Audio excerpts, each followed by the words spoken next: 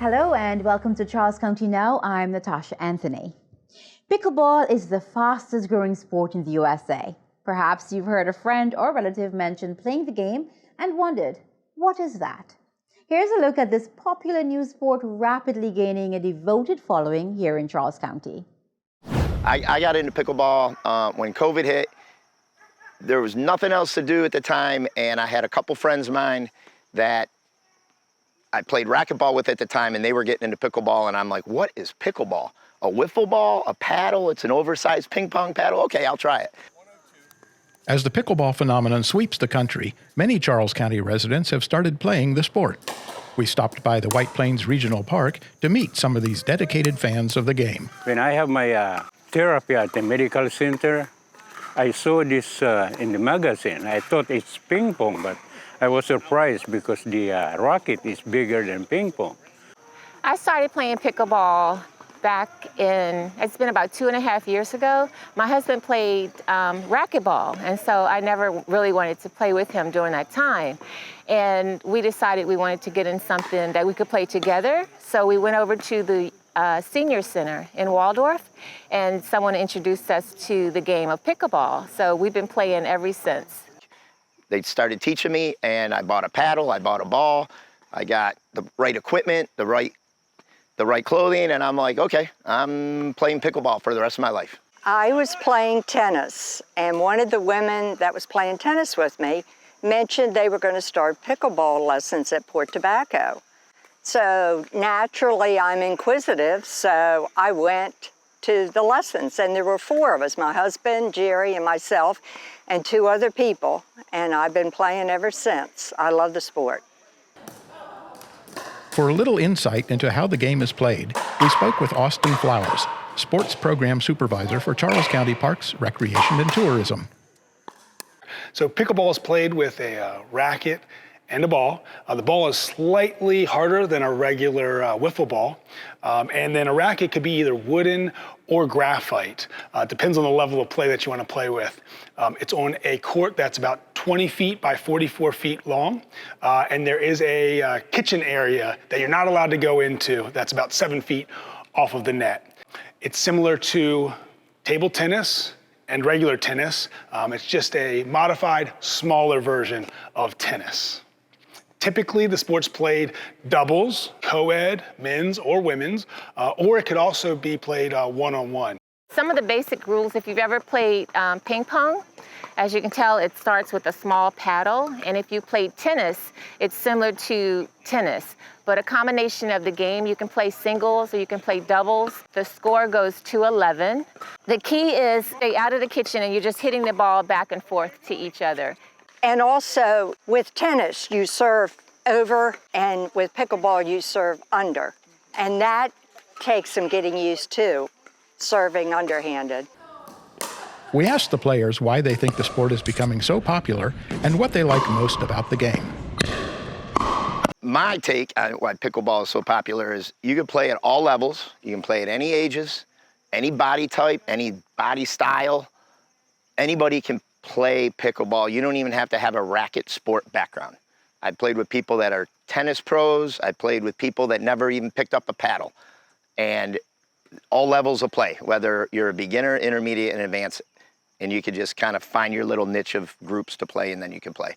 As far as being popular, it is the fastest growing sport in the US over the last 7 years. There's over 5 million people playing it right now.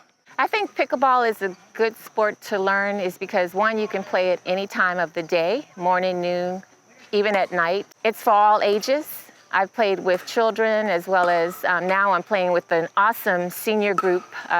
We play in the mornings on Saturdays and sometimes through the week. So it's competitive. I think pickleball is so popular because it's an easy sport to learn and it's very good exercise. Those people that are now older, they're able to play this game because we have people who are up to like 90 years old playing it. And it's a game that you can catch on fairly quickly. We used to have only early morning pickleball, and now since it has kicked off and people are finding out more about it, there are more people who are interested in learning, and you just see that the younger generation says, oh, I can do this as well. So that's why you see more people, and it just really just taken off. And it's easy to put up a court. I mean, you can just put up a net, roll it in, and you have a automatic pickleball court. Since I have my triple bypass surgery, pickleball is good for your cardio, because I stopped playing tennis because tennis is a little bit strenuous for me. And pickleball is shorter. You don't have to run. My favorite part of playing a sport is actually the exercise and learning the game and fellowshipping with different people. That's the most important part. Right. Get to associate with a lot of different people. Favorite part is the exercise and learning the skill, trying to master the skill. It's taken me 10 years, I'm still trying to master it. And meeting new people. We have met a lot of new people. There are a lot of people that come here to White Plains to play pickleball. Lots. Meeting people, the fellowship, the exercise, able to come in, and I'm looking to always stay fit, so you come in, play some games, and you can, use a lot of calories playing pickleball. So I really like the fellowship and playing, meeting new friends, learning different techniques. 'Cause every game I play, I'm learning, and people are willing to teach you. I mean, there's a lot of different levels here, and we all learn from each other. That certainly looks like a lot of fun. If you want to learn to play, beginner lessons are held at the Waldorf Senior and Recreation Center. Do call the center to find out when classes are being offered. If you're ready to play, Charles County Recreation Parks and Tourism offers indoor courts on selected days for a small fee at the Waldorf Senior and Recreation Center and the Port Tobacco Recreation Center. The county also has outdoor pickleball courts available 7 days a week, free of charge, and on a first-come, first-served basis at White Plains Regional Park and Southern Park. The Dorchester neighborhood and the Hawthorne Country Club also have pickleball courts that are open to the public. Do check with them on availability and fees. We'll be right back.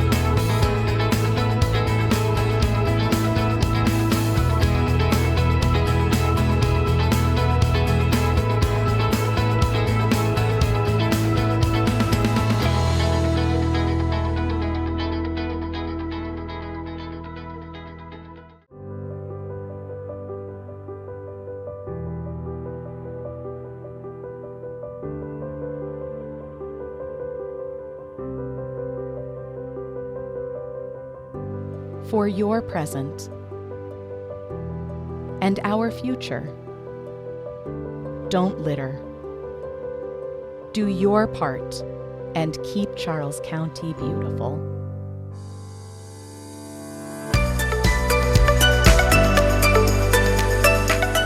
Welcome back to Charles County Now. Being a responsible pet owner is much more than just providing food, water, and shelter for your pet. Here to talk about important requirements for pet ownership are Elizabeth Theobald, our Assistant County Attorney, and Danielle Mitchell, our attorney for the Animal Matters Hearing Board. Hello, I'm Elizabeth Theobald, Deputy County Attorney, and joining me is Danielle Mitchell, the attorney for the Animal Matters Hearing Board. Every month, the Animal Matters Hearing Board convenes to hear cases involving complaints about animals. Ms. Mitchell, what is the role of the Animal Matters Hearing Board? The Animal Matters Hearing Board is an administrative board comprised of members appointed by the Board of County Commissioners that have been authorized to consider violations of the Charles County animal regulations. The Animal Matters Hearing Board considers a variety of complaints related to domestic animals. I would say the most frequent kinds of complaints would be animals at large. So when a dog is, or a cat or another type of animal is off leash, off of private property, Those are complaints that the Animal Matters Hearing Board sees quite frequently. Also, dogs that may be dangerous and or vicious. So in a situation where perhaps a dog has attacked another dog or another person, the Animal Matters Hearing Board is charged with considering whether there is a violation of the regulations and enforcing a penalty against those animal owners. In addition to that, I would say frequently we see animals that perhaps don't have a license or don't have proper vaccinations. Those as well can come before the Animal Matters Hearing Board. You mentioned animal at large. Would you briefly explain what those regulations and fines are regarding that particular type of complaint? Sure. So an animal at large is an animal that, again, is off of the owner's property and the owner is not in pursuit of the animal. So in a situation where perhaps you accidentally open your door and the dog jets out and you're immediately after the dog, that would not sustain a violation of animal at large. But if for some reason that animal is out of your property, you are not in pursuit of the animal, that is a violation of the code. Okay. You also mentioned one of the more common complaints that you hear are licensing and rabies. And are there particular requirements for rabies and vaccinations and licensing of pets? There are specific requirements. So the county does require that each dog and cat owner, if the dog or cat is 4 months or older, they do have to have a county license. That license is an annual license, so each year you'll have to renew that license. You can pick that up at the county government building. There's a fee of $5 if the dog is spayed or neutered or the cat is spayed or neutered. If they are not spayed or neutered, it's a $25 fee annually. So the county does require a county license for any dog or cat owner. In addition to that, there is a rabies requirement. So cats, dogs, and actually ferrets, 4 months or older, are required to have rabies prevention vaccination. Otherwise, it is a violation of the Charles County Code. A few moments ago, you mentioned animals at large and the fact that there are fines associated with that. And as a knee-jerk reaction, perhaps people would think it's okay to tie a dog to a tree or a post in their yard. Are there regulations about leaving dogs chained to a tree or in a small fenced enclosure? There are regulations. Our code does provide for animal care regulations. And so as a part of that, you are not allowed to tether a dog to any inanimate object for more than 4 hours at a time when outdoors. In addition to that, you do, if you are going to leave a dog outdoors, you have to provide for proper shelter for the animal as well as access to water and food. So it is important that all dog owners really know the law and make sure that they're familiar with those regulations.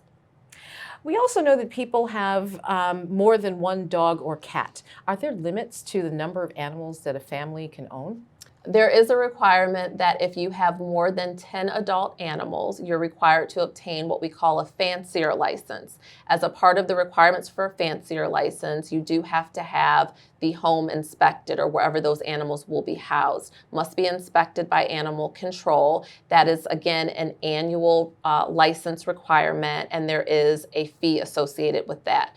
If you have less than 10 adult animals, you are not required to have any form of license other than that annual license that we spoke of earlier. But it is important to note that there may be other requirements such as homeowners associations or landlord rental agreements that would prohibit that number of animals. But as far as our animal regulations are concerned, less than 10 adult animals does not require the fancier license. Ms. Mitchell, thank you so much for your time in providing the informative responses that you did. And thank you very much for tuning in, because it's really quite clear that we do have a responsibility to make sure it is that we do give the adequate care and attention to our dogs and our cats.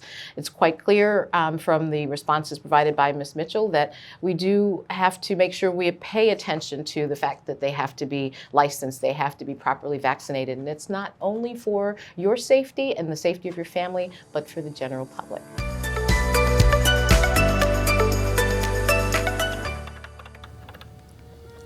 Charles County Government is on YouTube. Watch our award-winning documentaries, stay up to date on upcoming community events, get wellness and fitness tips for healthy living, and keep up with your Charles County news. Search Charles County Government on YouTube today.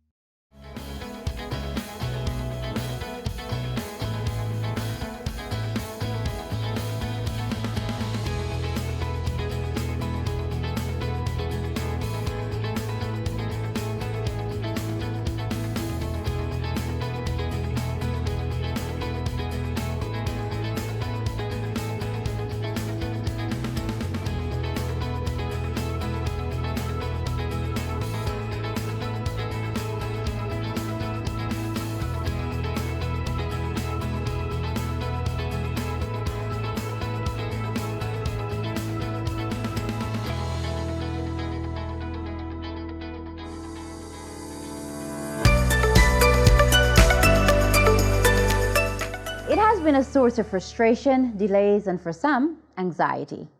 Many in our community have anticipated the opening of the new Nice-Middleton Bridge. And now, after years of planning and construction, it is here and open to traffic. A project like the Nice-Middleton Bridge is a once-in-a-lifetime opportunity. Each day we have almost 19,000 vehicles on average that travel across this bridge. In the summertime that jumps, and prior to the opening of this bridge we would routinely have lengthy backups on summer weekends. This bridge will fix that problem.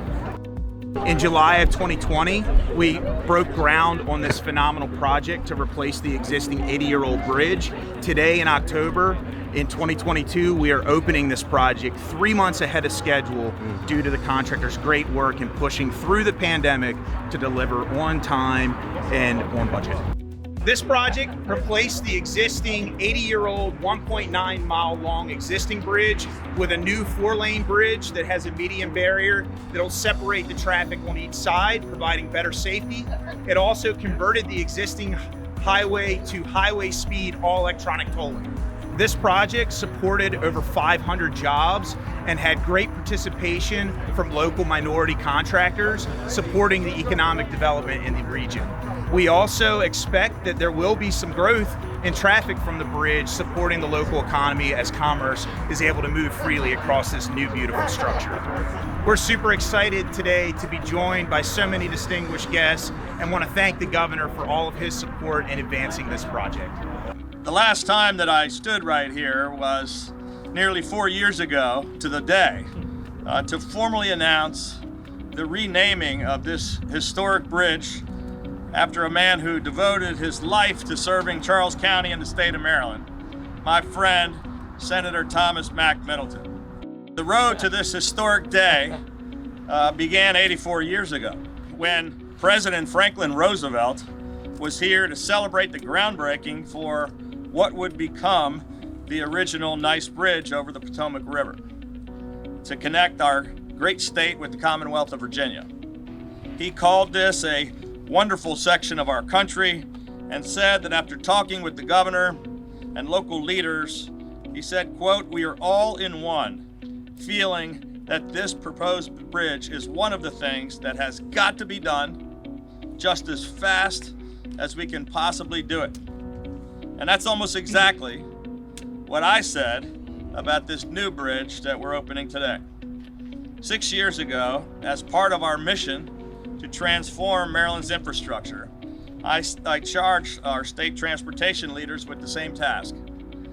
We needed a new, wider, and safer bridge, and it had to be done, and we needed it done as fast as we could possibly do it.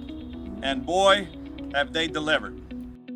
So for Charles County, this bridge is going to eliminate a bottleneck that used to have traffic backups every weekend throughout the summer.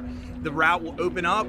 Businesses along the route will be able to see new commerce as folks choose to go this way during their regular travels. When you look around the country and you see a lot of problems with projects, this is a great example of a partnership with a contractor that went phenomenally well. We were able to deliver on great infrastructure that was well needed for Southern Maryland, and we're so excited to be here today to celebrate that.